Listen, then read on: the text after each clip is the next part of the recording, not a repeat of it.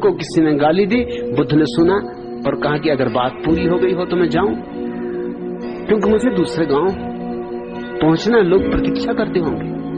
गाली देने वालों ने कहा कि हमने गालियां दी हैं, ये कोई बात नहीं।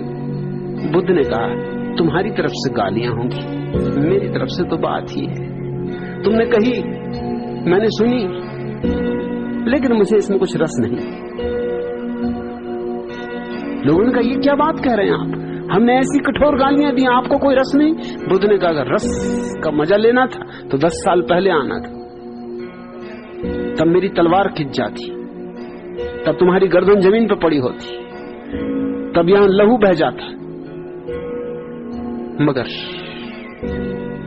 बड़ी देर करके तुम आए, अब मैं अपना मालिक हूं, अब तुम्हारी गाली देने से मैं परिचालित नहीं होता।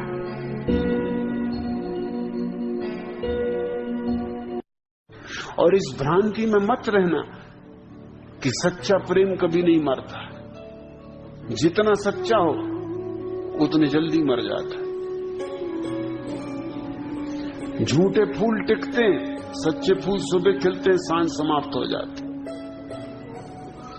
सच्चाई में एक गहराई तो होती है, लंबाई नहीं होती।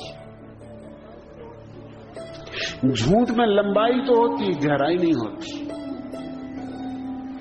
और इसलिए विवाह टिकता है, विवाह टिकाऊ है।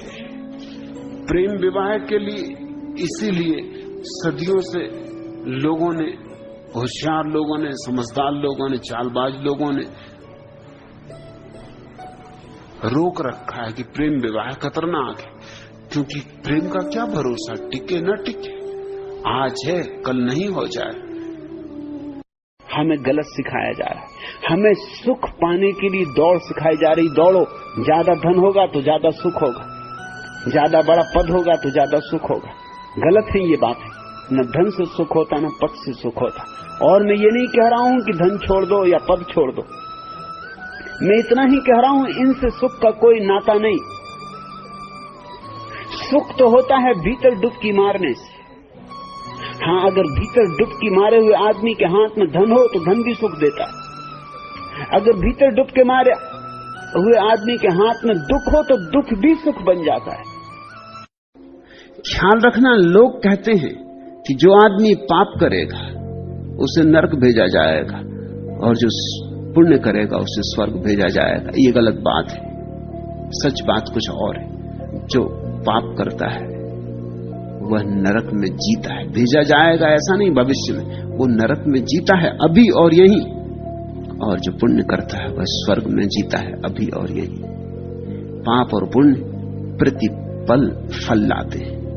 कोई सरकारी काम थोड़ी कि फाइलों को सरकने में इतना समय लगे कि तुमने पाप किया था पिछले जन्म में और अब तुम्हें फल मिलेगा। ये तुमने कोई भारतीय सरकार की व्यवस्था समझी कि फाइलें सरकती हैं एक टेबल से दूसरी टेबल और सरकती रहती हैं और कभी कोई परिणाम नहीं होता। तत्क्षण है फल। धर्म नगद है, यहां उधार कुछ भी नहीं।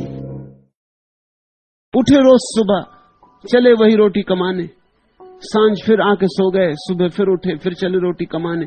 ऐसे ही आते जाते एक दिन समाप्त हो गए। पाया क्या? उपलब्धि क्या थी? हाथ क्या लगा? मृत्यु में जो बच सके वही सार्थक है। ये मेरी सार्थक की परिभाषा है। जिसको तुम मृत्यु में भी अपने साथ ले जा सको वही सार्थक है। और जो मृत्यु में तुम्हारे साथ न जाए, इसी तरफ पड़ा रह जाए, वो सार्थक नहीं। तुम्हारा पद पड़ा रह जाएगा, धन पड़ा रह जाएगा, नाम पड़ा रह जाएगा, मित्र परिजन सब पड़े रह जाएंगे। तुम जब जाने लगोगे अकेले, उस वक्त क्या तुम ले जा सकोगे? तुम जिसके पीछे जाओगे, तुम्हारे पीछे जाने से ही